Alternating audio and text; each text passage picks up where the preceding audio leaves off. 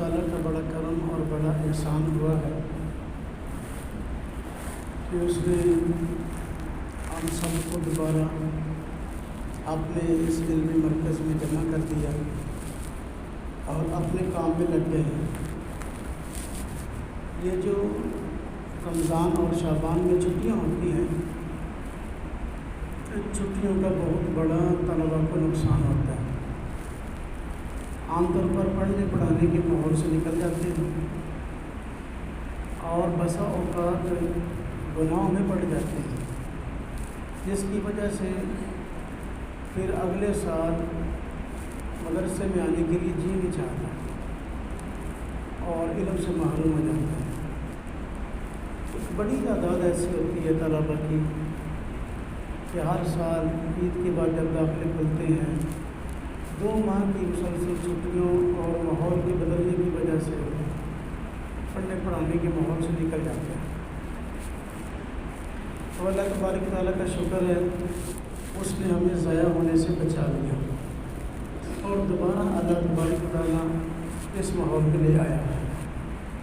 تو اس پہ شکر ادا کرنے کی ضرورت ہے اور کم از کم 2 رکعت نماز رات شکر بھی ادا کرنی چاہیے کہ اللہ تبارک تعالیٰ نے ہمیں محروم نہیں کیا بلکہ اپنے مقبول بندوں میں شامل کیا۔ ہم یہاں آئے ہیں مدرسے میں، تو اپنے آنے کے مقصد کو پہچانے کہ آئے کس لیے۔ طالب علم کے سامنے ہر وقت اپنا مقصد ہونا چاہیے کہ وہ گھر سے کس لیے آیا ہے۔ وہ طالب علم کامیاب ہے جس کے سامنے ہر وقت اپنے گھر سے آنے کا مقصد سامنے ہوتا ہے۔ گھر سے آنے کا مقصد یہی ہے کہ علم دین کو حاصل کرنے کے بعد نہ صرف یہ کہ خود عمل کریں بلکہ اپنے مساعد کی حد تک علم دین کو دوسروں تک پہنچائیں تاکہ امت مسلمہ کے افراد اس پہ عمل کرنے والے بنیں۔ مدرسہ یہ تعلیم کی جگہ بھی ہے اور تربیت کی جگہ بھی ہے، اور تعلیم کے ساتھ تربیت بہت زیادہ ضروری ہے۔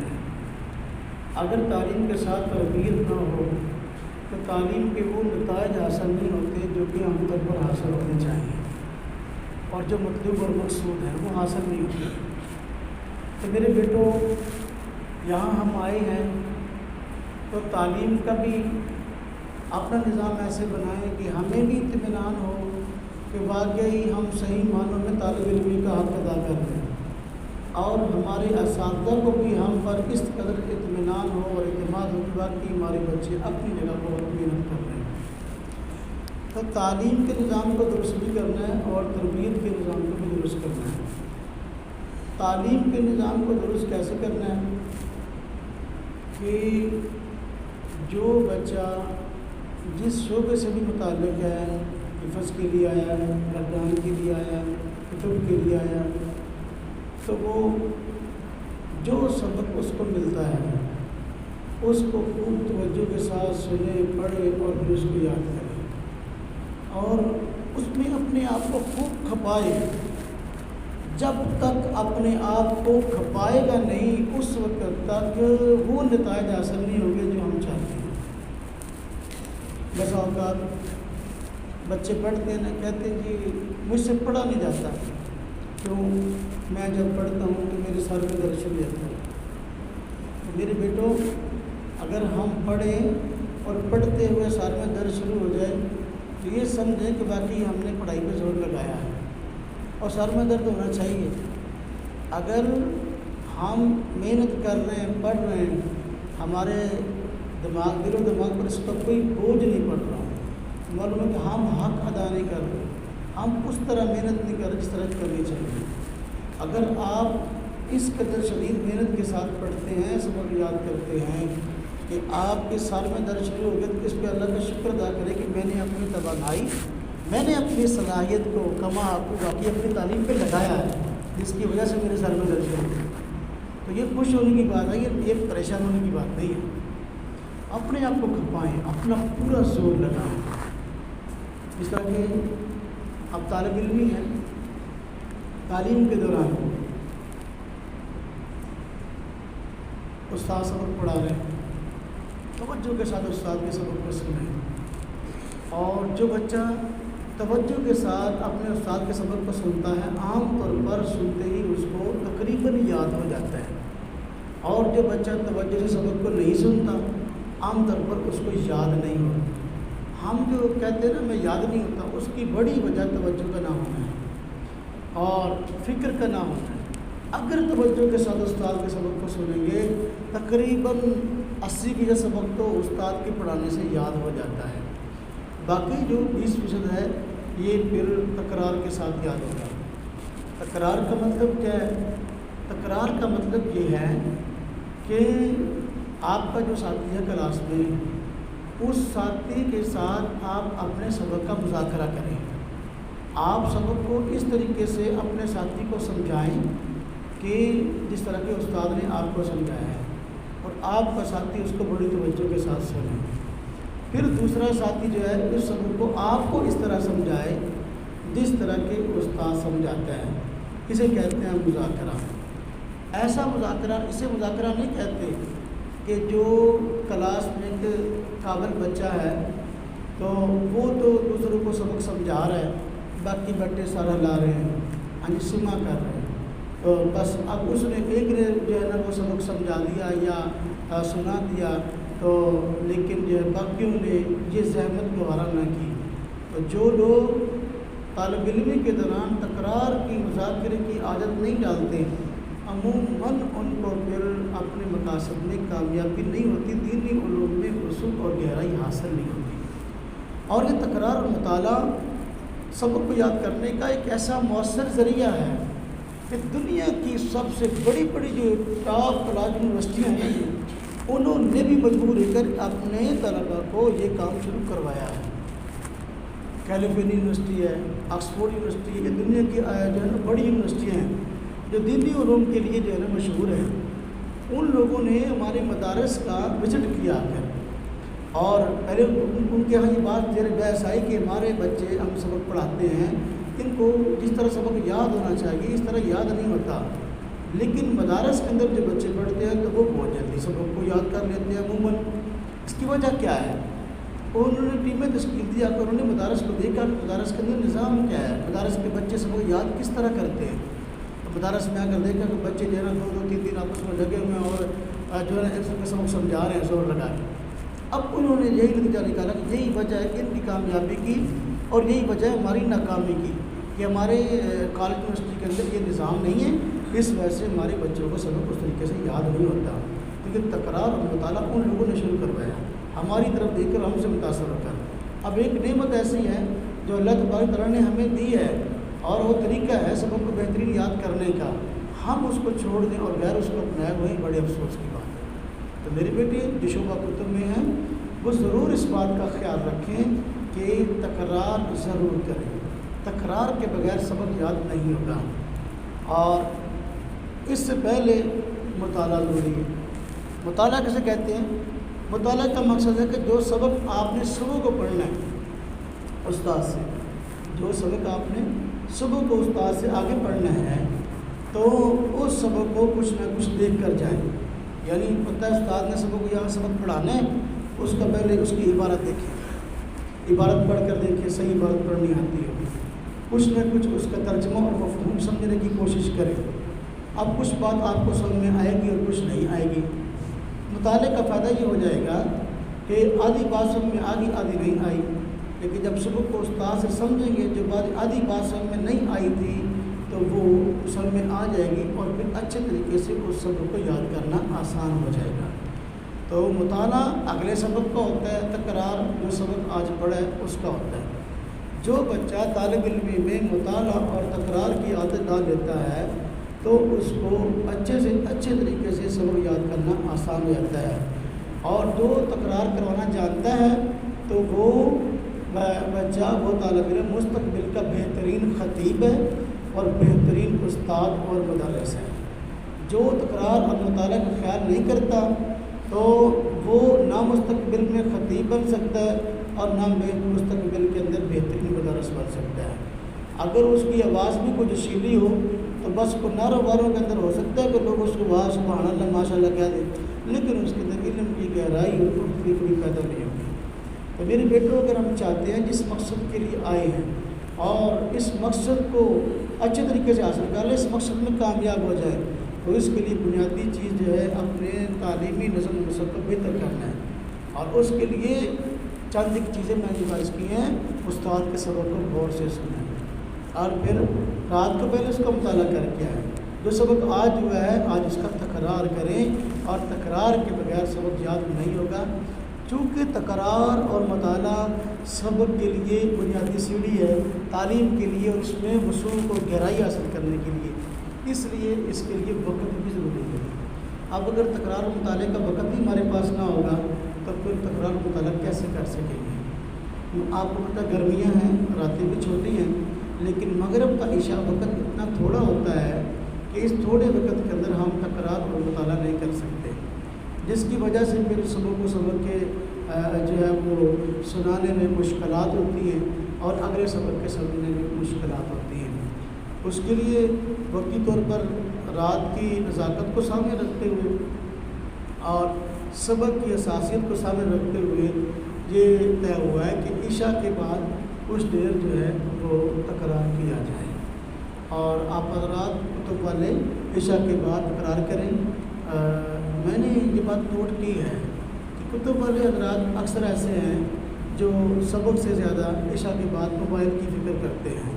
تو موبائل پہ آپ دیکھ لیں 11 بجے بھی بس اوقات آن لائن ملتے ہیں، 11:30 بھی آن لائن ملتے ہیں، 12 بجے بھی آن لائن ملتے ہیں۔ تو اگر 11:30 تک موبائل بندہ دیکھ سکتا ہے تو رات طرح نہیں کر سکتا، معلوم جاگ سکتے ہیں۔ جس چیز کی اہمیت دل میں ہوگی تو اس کے لیے وقت نکل آئے گا اور اس کے لیے جو ہے کوئی نہ کوئی معاملہ کرنا پڑے گا۔ لہذا عشاء کے بعد درجہ کتب کے بچوں کے لیے انشاءاللہ وہ تکرار کی صورت ہوگی، اور انشاءاللہ فی الوقت جو ہے چونکہ نماز 9 بجے ہو رہی ہے تو 10:15 تک جو ہے انشاءاللہ تکرار ہوا کرے گا۔ 10:15 بجے چھٹی ہوگی تو اس کے بعد آپ آرام کریں، گھر جانے والے بھی اور یہاں رہنے والے بھی تکرار کی پابندی کریں، اور اس کے بغیر مسئلہ حل نہیں ہونے والا۔ اور یہ بات ذہن میں رکھیں، جب کوئی بات طلبہ کے لیے طے ہوتی ہے تو اس سے پہلے اساتذہ کرام کو پابند ہونا پڑتا ہے۔ استاد پہلے پابند ہوتا ہے، طالب علم بعد میں ہوتا ہے۔ اب دیکھو نا، داخلہ کھلا ہے تو داخلے ہو رہے ہیں، اب یہاں اگر کوئی استاد ہی نہ ہو داخلہ کرنے والا، طالب علم آ کر کیا کرے گا؟ استاد پہلے پابند ہوگا نا۔ کوئی بھی نظام ہے اگر طلبہ کے لیے بنتا ہے تو اس کے لیے استادوں کی ذمہ داری بڑھ جاتی ہے۔ اس لیے اس چیز کا بہت خیال رکھیں، اور جو ہے وہ عشاء کے بعد فوراً بعد نماز کے بعد تکرار ہوا کرے گا اور 10:15 تک ہوا کرے گا۔ میرے بیٹے اس میں پابندی ضرور کریں، اس سے انشاءاللہ تعالیٰ آپ کے تعلیمی نظام میں بہتری آئے گی، اور سبق یاد کرنے میں، محفوظ کرنے میں، سنانے میں مشکلات ہیں وہ انشاءاللہ ختم ہوں گی۔ کچھ چیزیں ایسی ہیں جو کہ تربیت سے متعلق ہیں۔ میں نے عرض کیا کہ تعلیم کا فائدہ آپ کو بھرپور اس وقت ہوگا جب ساتھ تربیت کا بھی خیال رکھیں۔ یہ ادارہ، ضمنی ادارہ جو ہے یہ صرف تعلیم کے لیے نہیں ہے، اور محض تعلیم جو ہے انسان کے لیے کافی نہیں ہوتی۔ چند حروف و نقوص کو یاد کر کے اس کا امتحان دے کے سند حاصل کر لینا یہ کامیابی کی محض سیڑھی نہیں ہے، بلکہ تربیت کے لیے جو ہے وہ اگر اس کا اہتمام نہ ہو، تربیت کے لیے وقت نہ نکالا جائے اور ماحول نہ فراہم کیا جائے، تعلیم کی وہ فوائد حاصل نہیں ہوتی جو کہ ہونی چاہیے۔ اور تربیت کے لیے یہ بات پہلی بنیادی ہے کہ جہاں آپ پڑھنے کے لیے آئے ہیں، جو آپ کے اساتذہ ہیں آپ ان پر اعتبار کریں۔ اگر آپ اپنے اساتذہ پر اعتبار اور اعتماد نہ کریں گے تو پھر فائدہ نہیں ہوگا۔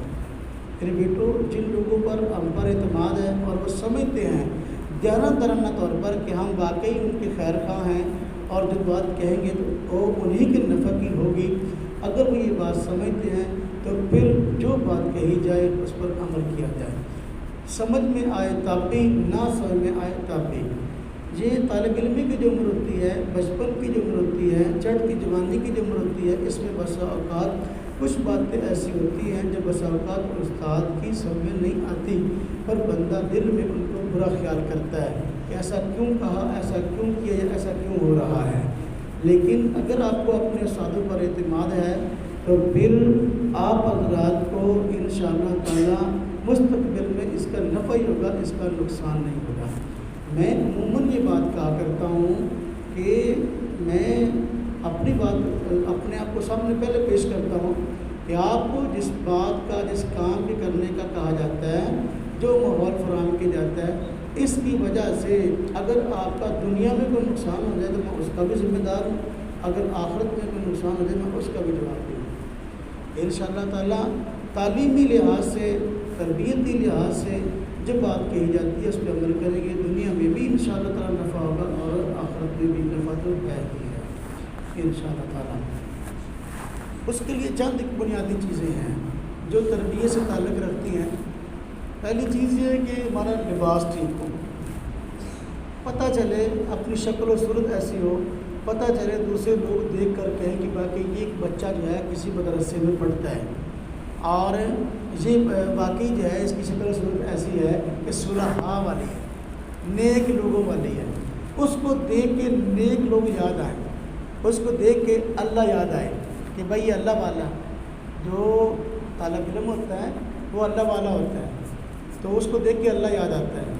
تو اللہ یاد تب بھی آئے گا جب اس کے کام اللہ والوں والے ہوں گے۔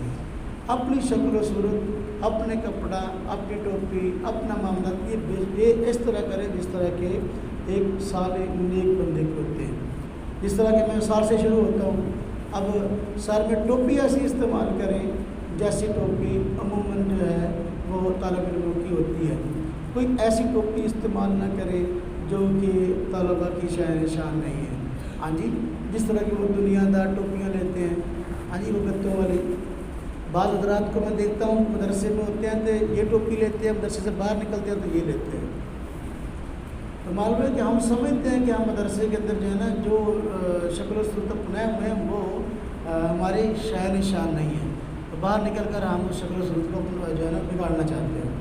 تو میرے بیٹوں، ہمارا اندر اور باہر، ہمارے مدرسے کا ماحول اور باہر کا ایک ہی ہونا چاہیے۔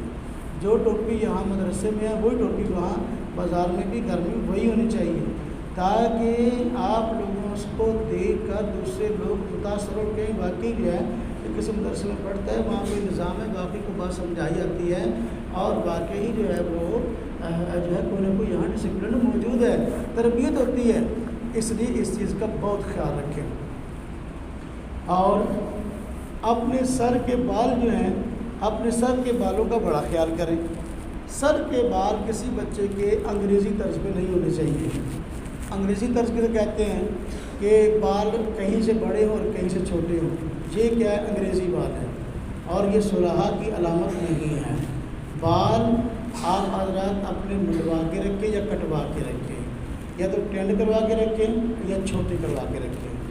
اور دیکھیں، آج ہم یہاں آئے مدرسے میں اور مستقبل میں ہم نے لوگوں کی اصلاح کرنی ہے۔ جو آج اپنی اصلاح کروانے کے لیے تیار نہیں ہے، کل وہ کسی کی اصلاح نہیں کر سکتا۔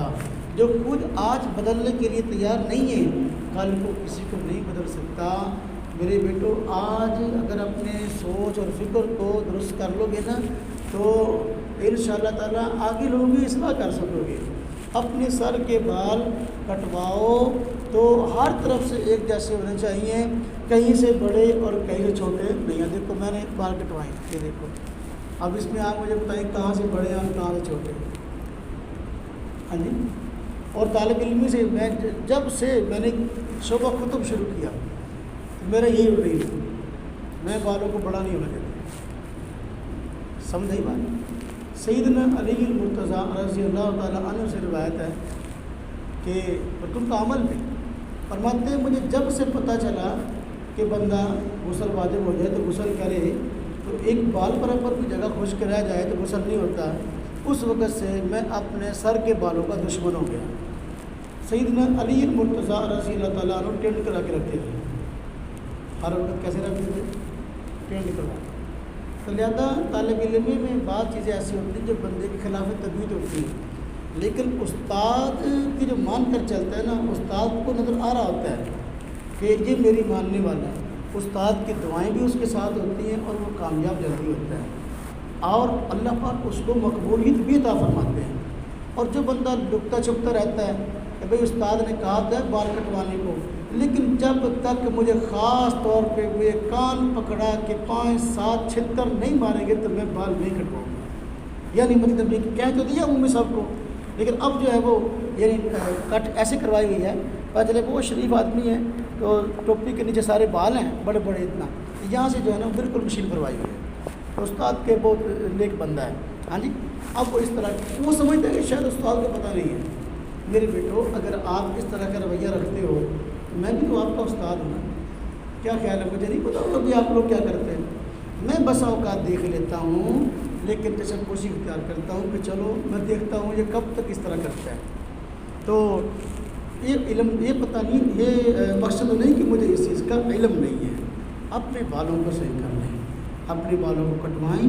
جن حضرات کے بال بڑے ہیں اس نیت سے کٹوائیں کہ یہاں صرف مدرسہ تعلیم کے لیے نہیں بلکہ تربیت کے لیے بھی ہے. ہم تعلیم کے لیے بھی آئے ہیں، تربیت کے لیے بھی آئے ہیں. تو آج اور اس نیت سے آج اگر ہم استاد کا کہا مانیں گے، کل کو ہمارے شاگرد ہمارا کہا مانیں گے. آج ہم اپنی اصلاح کروائیں گے تو پھر پورے عالم کی اصلاح کرنے والے بن جائیں گے. اس وقت تک بندہ دوسروں کی اصلاح نہیں کر سکتا جب تک کہ اپنی نہ ہو. اب ایک بندہ ممبر پہ بیٹھا ہے اور لوگوں کو کہہ رہا ہے انگریزی بال نہیں کٹانے.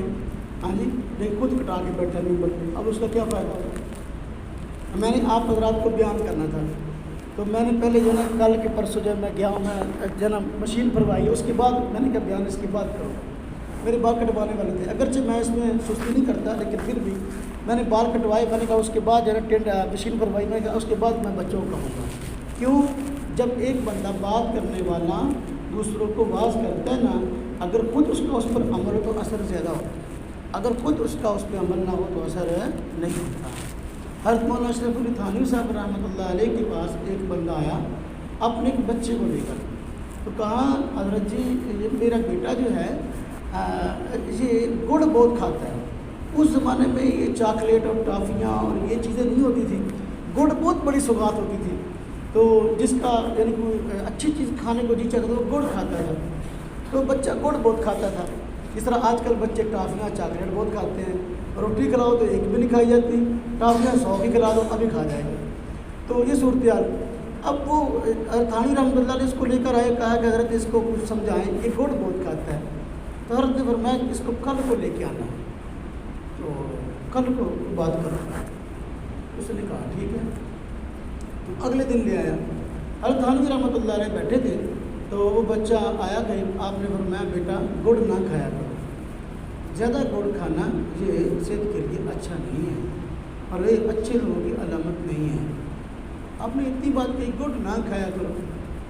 اب آپ نے کہا فرمایا کہ بس ٹھیک ہے اس کو لے جاؤ. وہ بندہ بڑا حیران ہوا، جو باپ تھا کہتا حضرت جی میں کل لے کے آیا تھا، تو کل اگر اتنی بات آپ نے کہنی تھی گڑ نہ کھایا کرو تو کل ہی فرما دیتے. آپ نے فرمایا کہ کل کو لے کے آنا، اور آج صرف آپ نے صرف اتنی بات کہی ہے کہ بیٹا گڑ نہ کھایا کرو. اتنی بات کری آپ نے مجھے دوبارہ بلایا، یہ کس کی کیا وجہ ہے؟ حضرت نے فرمایا اس کی وجہ یہ ہے کہ کل جب آپ لے کر آئے تھے اتفاق سے میں اس وقت خود گڑ کھا کے بیٹھا تھا، یعنی میں نے خود گڑ کھایا تھا. تو مجھے اس بات سے حیا آئی کہ میں کسی بندے کو ایسی بات کا کہوں جس پہ میرا خود اپنا عمل نہیں ہے. چونکہ میں اتفاقاً خود گڑ کھا کے بیٹھا تھا تو میں نے اس لیے کہا کل کو لے کے آنا. اب جب میں بیٹھا ہوں تو میں نے گڑ نہیں کھایا. اب اگر میں نے بچے کو صرف اتنی بات ہی کہی ہے بیٹا گڑ نہ کھایا کرو، تو میرے خیال میں میری اس بات کا اثر ہوگا، اس لیے کہ میرا خود اب اس پہ عمل ہے، میں نے خود گڑ نہیں کھایا. تو میرے بیٹوں اگر آپ چاہتے ہو دنیا کے اندر بہترین باعث بنو، بہترین مربی بنو اور آپ کی وجہ سے عالم اسلام کی اصلاح ہو، تو میرے بیٹوں پہلے اپنے آپ کو بدلنا ہوگا. اگر آپ اپنے آپ کو نہیں بدلو گے پھر آپ مستقبل میں کسی کو نہیں بدل سکتے. حضور نبی پاک صلی اللہ علیہ وسلم نے صحابہ کرام کو اپنے پاس بٹھایا، ان کی تربیت کی اور اس طریقے سے تربیت کی کہ وہ دنیا کے رہنما بن گئے. دنیا کے مقتدا صرف اس وقت کے لوگ نہیں، آج کے لوگ بھی، قیامت تک آنے والے ہر مومن کے لیے مقتدا صحابہ کرام. یہ وہ جماعت جو حضور نبی پاک صلی اللہ علیہ وسلم نے تیار کی تھی، اور صحابہ کرام 1,00,000 سے زیادہ تھے. مجھے ایسا کوئی واقعہ یاد نہیں ہے کہ حضور نبی پاک صلی اللہ علیہ وسلم نے تربیت کے طور پر کسی صحابی کو بات فرمائی ہو اور اس صحابی نے آگے اپنی عقل لڑائی ہے کہ مجھے حضور نے کیوں کہا، میرا دل نہیں مانتا، میری طبیعت نہیں مانتی، لہٰذا میں اس پہ عمل نہ بھی کروں تو کیا ہے۔ حضور نبی پاک صلی اللہ علیہ وسلم کی ایک ایک ادا پہ مرنے والے صحابہ تھے، اسی وجہ سے اللہ تبارک تعالیٰ نے صحابہ کرام کو پوری دنیا کے اندر چمکا دیا۔ اب دیکھیں صحابہ کرام کی مثالیں حضور نبی پاک صلی اللہ علیہ وسلم کی اطاعت کے بارے میں بڑی عجیب و غریب ملتی ہیں۔ ایک صحابی رسول تھے تو ان کا معمول تھا کہ وہ اپنی اوپر والا بٹن جو ہے یہ بند نہیں کیا کرتے، ان کا اوپر والا بٹن کھلا ہوتا تھا۔ کسی نے ان سے پوچھا بھی آپ اوپر والا بٹن جو ہے کیوں کھلا رکھتے ہیں، اس کی کیا وجہ؟ تو فرمانے لگے کہ میں نے حضور نبی پاک صلی اللہ علیہ وسلم کو ایک مرتبہ میں آیا اور نبی پاک صلی اللہ علیہ وسلم گھر سے نکلے تو چونکہ رات کا وقت تھا، آرام کا وقت تھا، بندہ عام طور پر اوپر والے بٹن کھول لیتا ہے اس طرح، تو میں نے دیکھا حضور نبی پاک صلی اللہ علیہ وسلم کا اوپر والا بٹن جب وہ کھلا ہوا تھا، تو اسی حالت میں چونکہ میں نے آپ کو دیکھا ہے تو میں اس وقت سے آپ کی اس ادا کو اپنایا، یعنی اسے کہتے ہیں اطاعت، اسے کہتے ہیں فرمان برداری۔ حضور نبی پاک صلی اللہ علیہ وسلم ایک مرتبہ مسجد نبوی موجود تھے تو رش زیادہ ہو گیا جہاں تشریف فرما تھے، تو کچھ لوگ کھڑے تھے کچھ بیٹھے تھے، جگہ نہیں مل رہی تھی۔ آپ نے فرمایا بھائی بیٹھ جاؤ، جہاں بھی ہو بیٹھ جاؤ۔ ایک صحابی رسول مسجد میں داخل ہو رہے تھے، عبداللہ بن مسعود رضی اللہ عنہ کی بات ہے، داخل ہو رہے تھے، ایک پاؤں دروازے کے اندر تھا اور ایک پاؤں دروازے کے بھی باہر تھا، وہیں بیٹھا، ایک پاؤں اندر ایک پاؤں باہر۔ حضور نبی پاک صلی اللہ علیہ وسلم فارغ ہوئے تعلیم سے اور واعظ سے، تو آپ صلی اللہ علیہ وسلم وہاں آئے، دیکھا تو وہ اسی حالت میں بیٹھے ہوئے ہیں۔ آپ نے فرمایا یہ کیسے بیٹھے ہو، ایک پاؤں آپ کا اندر ہے اور ایک باہر ہے۔ اور میں حضور جب میں داخل ہو رہا تھا مسجد میں یا اپنا دروازے میں، تو اس وقت میں نے یہ بات سنی، آپ کی آواز میرے کان میں پڑی کہ آپ نے فرمایا جہاں بیٹھ جاؤ، تو میں وہیں بیٹھ گیا۔ میں نے یہ بھی گوارا نہ کیا کہ اگلا پچھلا قدم جو ہے وہ آگے رکھ کر اندر جگہ پر بیٹھ جاؤ۔ اسے کہتے ہیں اطاعت۔ صحابہ کرام نے اس طرح اطاعت کی ہے، اپنے آپ کو سپرد کیا ہے اپنے مربی کے، پھر پوری دنیا میں چل کے میرے بیٹوں اگر آپ چاہتے ہیں کہ اللہ تبارک تعالیٰ آپ سے دین کا کام دے، آپ دین کے مربی بنیں، تو پھر میرے بیٹوں اپنے آپ کو اپنے استادوں کے سپرد کرنا پڑے گا۔ آپ کے والدین نے ہم پہ اعتماد کرتے ہوئے آپ کو ہمارے سپرد کر دیا ہے، لیکن اب بات تب بنے گی آپ بھی اپنے آپ کو سپرد کریں اور جیسے کہوں ویسے کریں، جیسے استاد کہیں ویسے کرے۔ پھر انشاءاللہ تعالیٰ اگر آپ کا دنیا میں کوئی نقصان ہو جائے تو میں دنیا میں بھی جواب دوں آپ کا مجرم اور آخرت میں مجرم۔ اس لیے میرا بیٹا اپنے ظاہر کو ٹھیک کرے، اپنے کپڑے جو ہے آپ حضرات کے ایسے نہ ہوں۔ بال کی میں بات کر رہا تھا، اپنے بالوں کو کٹوائیں تو میرا بیٹا ایک جیسے کٹوائیں، کہیں سے بڑے کہیں سے چھوٹے نہ ہوں۔ حضور نبی پاک صلی اللہ علیہ وسلم سے منع فرمایا، ناراضگی کا اظہار فرمایا۔ آپ صلی اللہ علیہ وسلم کے پاس ایک بچے کو پیش کیا گیا تو اس کے سر کے بال کٹے ہوئے تھے، کہیں سے بڑے اور کہیں سے چھوٹے۔ آپ نے فرمایا یہ کیا ہے؟ فرمایا جن کا بیٹا تھا وہ کہنے لگے کہ حضور ایک بچہ تھا اس طرح اس کے بال کٹوا لی۔ فرمایا یہ طریقہ ہرگز مناسب نہیں ہے، یا تو اس کے یہ بال جس طرح ہے سارے منڈوا دو یا سارے کٹوا دو، یہ کوئی طریقہ نہیں ہے، کہیں سے بڑے کہیں سے چھوٹے، یہ اس کو ایسا نہیں کرنا چاہیے۔ تو آپ صلی اللہ علیہ وسلم نے راضی کا اظہار فرمایا ہے، اپنے بالوں کو میرا بیٹا سیٹ کرے، اور بالوں کی وجہ سے پھر نقصان ہوتا ہے۔ جن کے بال بڑے ہوتے ہیں ان لوگوں کو پھر نہ تو پھر انہوں نے سر پہ تیل لگانا ہے، اتنا بس شوق ہے کہ بال بڑے رکھنے ہیں، نہ سر کو تیل لگانا، نہ سر کو تنی کرنی ہے۔ ہاں جی، تو اب جوئیں خود بھی پڑی ہوئی ہیں، ساتھ والے کو بھی ڈال رہے ہیں۔ آپ کو پتہ مدارس کے بچوں میں جوئیں بہت جلدی پڑتی ہیں، اس کی بڑی وجہ ہوتی ہے کہ سر کو تیل نہیں لگاتے اور کنگھی نہیں کرتے اور بالوں کو اچھے طریقے سے نہیں رکھتے۔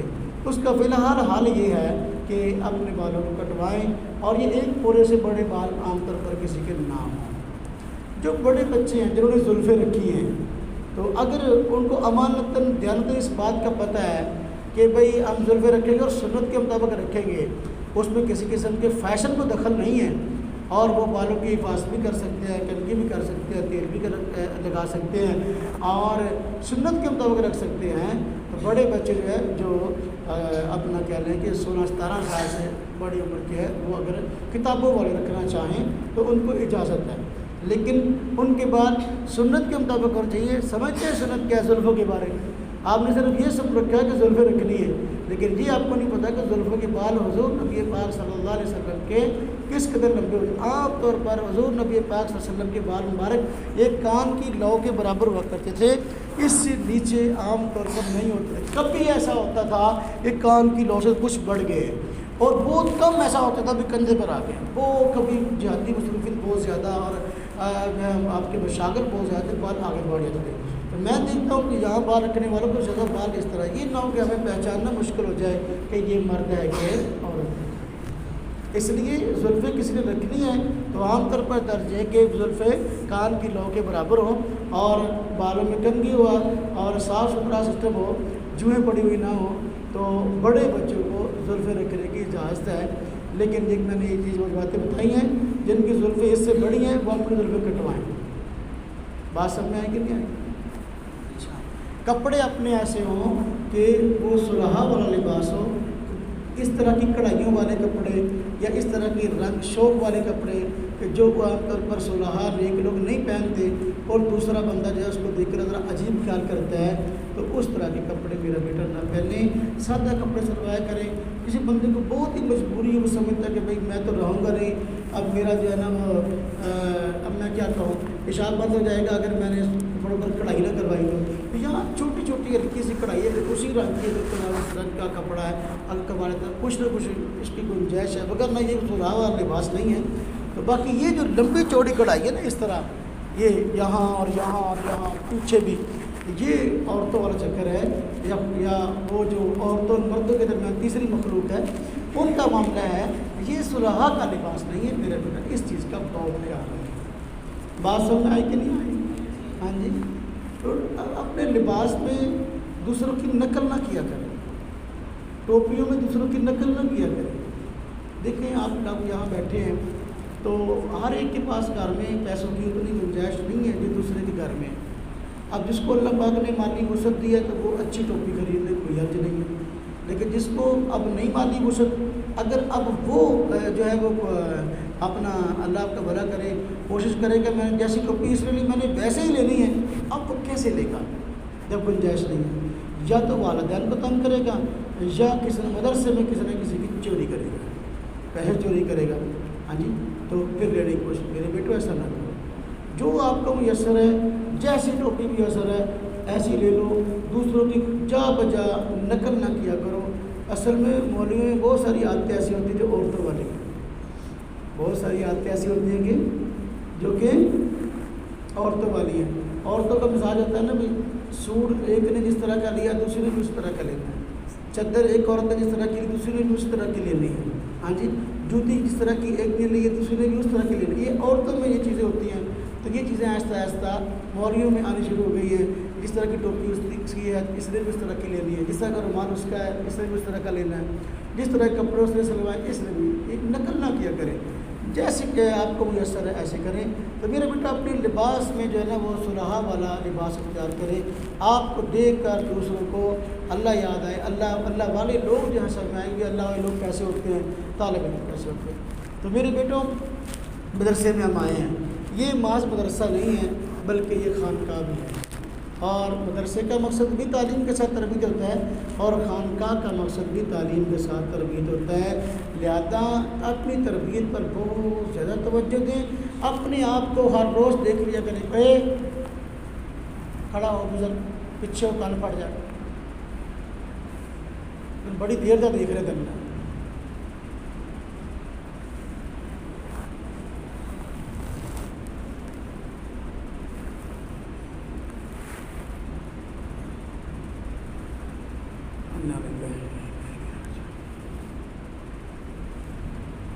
تو یہ مدرسہ بھی ہے اور خانقاہ بھی ہے۔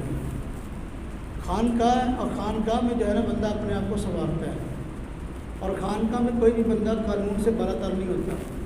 اس چیز کا میرے بیٹے بہت خیال رکھیں۔ یہاں دیکھیں ہم طالب علم ہیں، میں سمجھتا ہوں دنیا میں سب سے افضل ترین نسبت اگر کوئی ہے تو وہ طالب علم کی ہے۔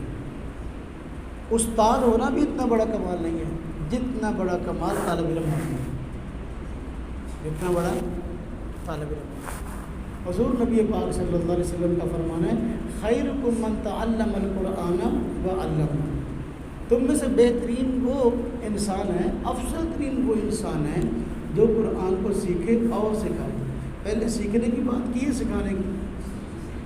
دیکھو پہلا درجہ طالب علم کا ہے۔ آج استاد بننے کا ہر بندے کو شوق ہے، شاگرد کوئی نہیں بننا چاہتا۔ پہلے بندہ شاگرد بنتا ہے، پھر بندہ استاد بنتا ہے۔ پہلے بندہ اپنی اصلاح کراتا ہے، پھر دوسرے کی اصلاح کراتا ہے۔ اس لیے طالب علم کا مقام اور مرتبہ جو ہے یہ بہت اعلیٰ ہے، بہت اعلیٰ ہے۔ اپنے مقام مرتبہ کو پہچانیں۔ طالب علم کا معنی ہے علم کو تلاش کرنے والا، علم کی تلاش میں رہنے والا، اپنی ساری کی ساری جسم کی صلاحیتیں، وہ ذہن کی صلاحیتیں علم پر خرچ کرنے والا، اسے کہتے ہیں طالب علم۔ اب جو طالب علم اپنے لیے آسانیاں چاہتا ہو، اپنے لیے طالب علم جو ہے وہ کہہ لیں کہ خواہشات کو پورا کرنا چاہتا ہو تو وہ طالب علم نہیں ہے۔ ایک طالب علم اس کا جی چاہتا ہے کہ میں زیادہ سے زیادہ سوتا رہوں، جب چھٹی ہو سو جاؤں، پڑھائی کے وقت بھی جب چاہے سوتا رہوں، تکرار کے وقت بھی سوتا رہوں، اور بعض ہوتے نا سستی کے مارے ترپائی پہ سر رکھ کر سو گئے، تکرار کے وقت بھی سو رہا ہے، مطالعے کے وقت بھی سو رہا ہے۔ اب اس کی کوشش ہے کہ جتنی زیادہ نیند ہو سکتی ہے پوری کر لو۔ لیکن طالب نوم ہے، یہ طالب علم ہے نہیں ہے۔ بعض طالب علم ہوتے ہیں، ان کی خواہشات ہوتی ہیں کہ زیادہ سے زیادہ اچھے سے اچھا کھانا ملے، یعنی مدرسے میں آتے ہیں نا، گھومتے ہیں مدرسے میں کہاں داخلہ لینا ہے، دیکھتے کھانا اچھا کہاں ہے، جہاں کھانا اچھا ہے تو وہاں داخلہ لیتے ہیں۔ تو یہ طالب علم نہیں ہے، یہ طالب طعام ہے۔ یہ کیا ہے؟ طالب طعام ہے۔ ہم پڑھتے تھے مدرسے میں، ہمارے ساتھ ایک پٹھان طالب علم تھا، تو اس کو بالکل نہیں آتا تھا، تو کھانا ماشاءاللہ خوب کھاتا تھا۔ ایک استاد نے آخر غصے میں آ کر نا اس سے پوچھا کہ یہاں آئے کس لیے ہو؟ سبق یاد نہیں کرنا، تو آئے کس لیے ہو؟ کہتا جی روٹی کی خدمت کے لیے۔ اس لیے تو میرے بیٹے طالب علم وہ ہے جو کہ اپنے لیے آسائشیں تلاش نہ کرے، اپنے لیے مشقتیں برداشت کرے اور مشقتوں کا راستہ اختیار کرے۔ ٹھیک ہے، ہم خود اپنے لیے مشقت نہیں ڈھونڈنا نہیں چاہتے، لیکن جو ہے اس پہ صابر کانے بن کے اپنا وقت گزارے۔ طالب علم میں جس بندے نے مشقتیں برداشت نہیں کی وہ اچھا رہنما نہیں بن سکتا، اچھا مقتدا نہیں بن سکتا، وہ مثالی عالم نہیں بن سکتا۔ میرے بیٹو، یہ طالب علمی کا زمانہ یہ مشقتوں کا ہوتا ہے، کہیں نہ کہیں کچھ نہ کچھ مشقتیں ہوتی ہیں، ان مشقتوں کو جھیل کر آگے اپنے مقصد پہ لگے رہنا، یہ طالب علمی ہے، یہ طالب علمی ہے۔ تو بس اوقات ایسا ہو سکتا ہے کھانا آپ کی طبیعت اور مزاج کے مطابق نہ ہو، اگرچہ ہماری کوشش ہوتی ہے کہ ہم آپ کو وہی کھانا کھلائیں جو خود کھاتے ہیں۔ ہمارے یہاں تو مدرسے میں نظام ہی یہی ہے، ایک ہی کھانا پکتا ہے، اور یہاں ہوتا ہوں تو آپ لوگوں کے ساتھ ہی کھاتا ہوں، تو ایک ہی کھانا پکتا ہے۔ تو میرے بیٹو اپنے لیے کھانے کا شوقین نہ ظاہر کریں، بہت بڑے اچھے اچھے کھانوں کا شوقین ہو نہیں۔ صحابہ کرام نے جس طریقے سے زندگی گزاری ہے وہ آپ حضرات کے سامنے، کئی دن کے فاقے ہوا کرتے تھے۔ حضرت ابو ہریرہ رضی اللہ عنہ کے بارے میں نے واقعہ کئی مرتبہ سنایا کہ وہ بسا اوقات جو ہے بے ہوش ہو جاتے ہیں، اور لوگ کہتے ہیں پتہ نہیں اس کو مرگی پڑتی ہے، مسئلہ کیا، کیوں بے ہوش ہو جاتا ہے؟ حالانکہ وہ بیچارے صفہ کے حضور نبی پاک صلی اللہ علیہ وسلم کے قیام کرتا ہے گھر صفہ، تو وہ صفہ کے طالب علم تھے، اور کئی دن کا ان کو فاقہ ہوتا تھا، فاقے کی وجہ سے بے ہوش ہو جاتے تھے۔ اور ایسا بھی نہیں تھا کہ کھانا کھانے کے لیے ان کے پاس یا پیسے نہیں تھے یا حالات نہیں تھے، نہ وہ حضور نبی پاک صلی اللہ علیہ وسلم کے گھر کے دروازے کے باہر اس لیے پڑے رہتے تھے کہ حضور نبی پاک صلی اللہ علیہ وسلم کی باتوں کو زیادہ سے زیادہ سن کر محفوظ کر لوں اور زیادہ سے زیادہ دین حاصل کر لوں۔ ایسا نہ ہو کہ میں کھانا کھانے کے لیے گھر جاؤں، حضور نبی پاک صلی اللہ علیہ وسلم گھر سے باہر نکلیں، کوئی بات ارشاد فرمائے کہ میں اس کو سن نہ سکوں، کوئی بات دین کی مجھ سے رہ نہ جائے۔ تو اس جو ہے وہ ڈر سے گھر کھانا کھانے کے لیے نہیں جاتے تھے، ادھر ادھر کھانا کھانے کے لیے نہیں جاتے تھے، وہاں پڑے رہتے اور فاقہ ہوتا کئی دن کا، تو پھر بے ہوش ہو جاتے۔ اسے طالب علم کہتے ہیں۔ آج جو حضرت ابو ہریرہ رضی اللہ عنہ کا نام ہے نا، چمکا پوری دنیا کے عظیم محدث حضرت ابو ہریرہ رضی اللہ تعالیٰ عنہ، سب سے بڑے محدث یہ حضرت ابو ہریرہ ہیں۔ آپ حدیث کی کوئی کتاب کھول کے دیکھ لیں، ہر ورق پر آپ کو حدیث کے روات میں صحابہ کرام میں حضرت ابو ہریرہ رضی اللہ عنہ کا نام ملے گا۔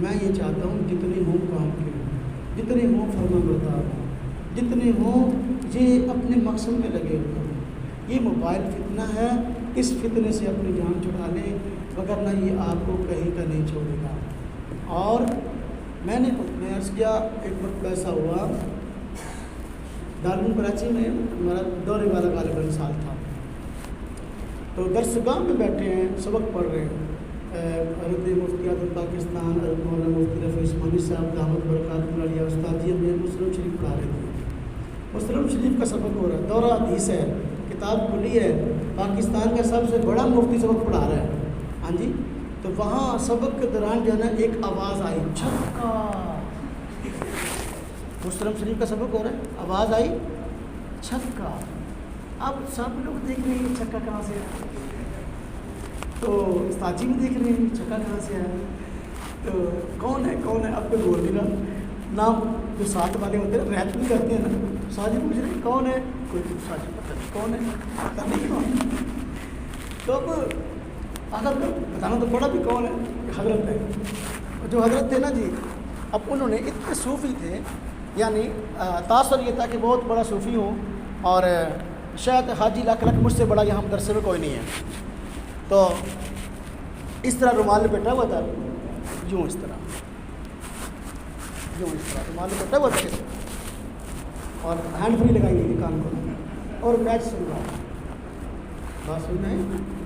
تو مطلب یہ کہ بیٹا اگر ہم خود بدلنا نہیں چاہتے مجھے بتائیں کہ پھر آپ کو کوئی بندہ کیسے بدل سکے، جس کا یہ مزاج ہے کہ میں نے کوئی بات مانی نہیں ہے اور میں نے جو ہے نا اپنی مرضی کی تو زندگی گزارنی، بیٹا پھر مدرسے میں نہ آئے، وہ کام کر لے، والدین کی خدمت کر کے ان کو راضی کر لے، پھر لہٰذا جہاں مدرسے کے اندر اپنے موبائل نہ لائیں، موبائل سے جو میرا فرام بردار بچہ ہے نا، مجھے پتہ ہے موبائل کس کے پاس ہے، اور جب اس کے پاس سے موبائل غائب ہو جائے گا نا مجھے یہی پتہ چل جائے گا اس کے پاس سے موبائل غائب ہو گیا ہے، تو موبائل استعمال کریں، موبائل کو کیسی اپنی زندگی سے نکالیں۔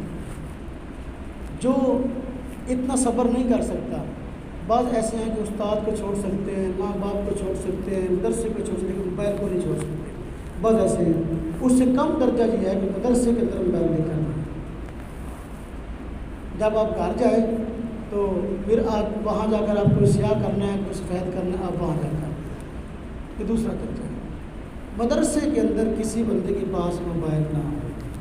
جو بچے ہفتے بعد گھر جاتے ہیں اگر کبھی بھولے سے موبائل لے آئے، ہاں جی، اب دیکھو نا ایک بچے کے پاس موبائل تھا تو دوسرے بعض احباب نے اس کے پاس موبائل دیکھا، اچھا یہاں موبائل استعمال کرتے ہیں، اگلے ہفتے میں بھی لے کے آؤں گا۔ یہ ماحول پرانوں نے بنانا ہے، جو قدیم بچے ہیں پرانے ہیں، اگر وہ موبائل رکھیں گے تو نئے آنے والے بھی موبائل رکھیں گے۔ یہ ماحول کس نے دینا ہے؟ پرانوں نے۔ تو پرانوں کو چاہیے ٹھیک ہو جائے۔ میں کہا کرتا ہوں بندہ پرانا ہو پھٹا پرانا نہ ہو، پرانا ہو لیکن پھٹا پرانا ہونا اچھی بات ہے، اگر پھٹا پرانا وہ ہوتا ہے جو پرانا ہونے کے بعد، قدیم ہونے کے باوجود استاد کے مزاج کو نہیں سمجھتا، مدرسے کے قانون کو نہیں سمجھتا، کسی قسم کا اس کو شرم آ جاتی ہے۔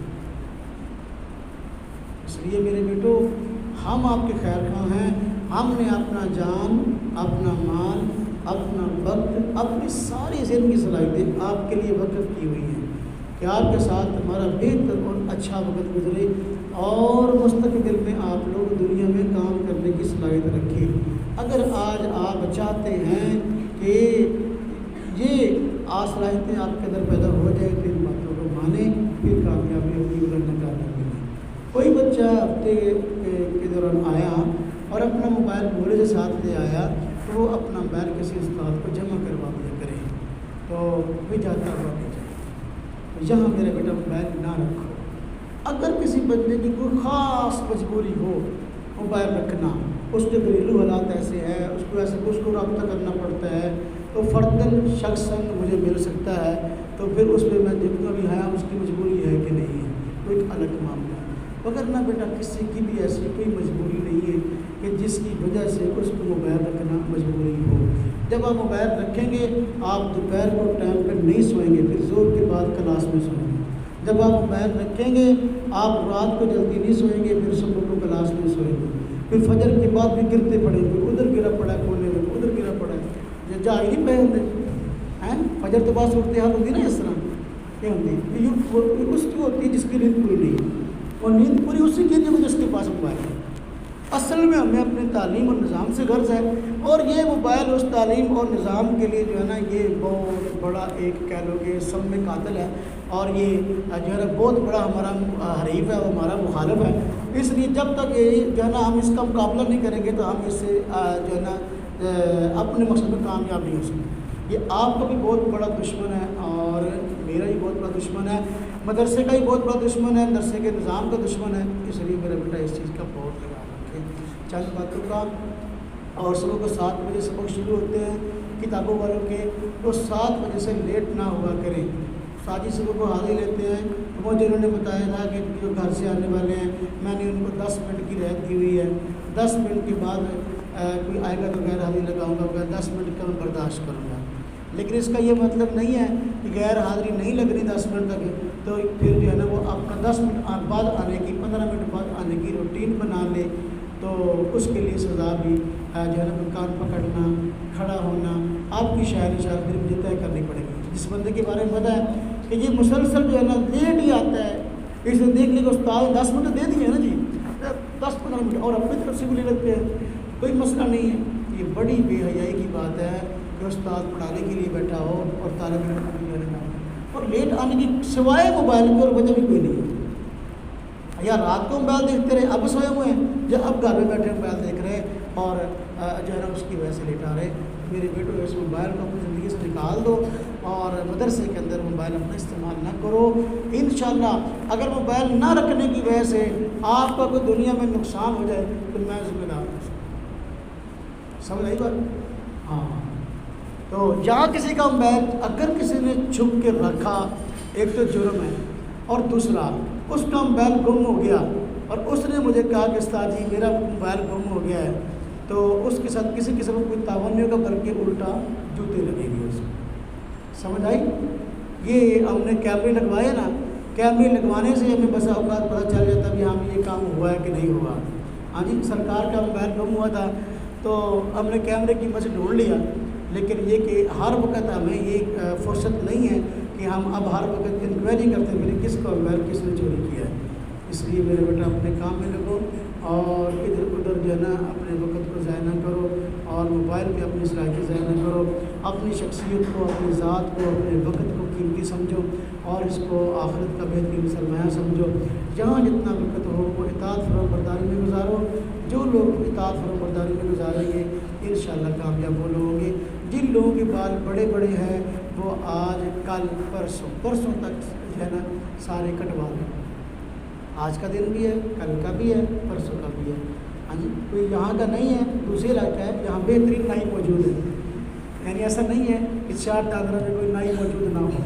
ایسے نائی بھی ہے جو ٹینڈ کرنے کے 200 روپے لیتے ہیں، ایسے بھی ہیں جو ٹینڈ کرنے کے 30 روپے لیتے ہیں۔ تو باقی آپ ٹینڈ کروانا ضروری نہیں ہے، ایک پورے سے بڑے بال کا بس اس کا خیال رکھیں، اپنے بالوں کو سیٹ کر لیں، اپنے ظاہر کو ٹھیک کر لیں، ظاہر کو ٹھیک کر لیں گے انشاءاللہ تعالیٰ پھر اس کا اثر باطن میں پڑے گا، باطن میں ٹھیک ہو جائے گا۔ سمجھ آئے کہ نہیں بات؟ اللہ تبارک و تعالیٰ ہم سب کو اس پہ عمل کرنے کی توفیق عطا فرمائے۔ وآخر دعوانا چلو میرے بیٹا اپنے کام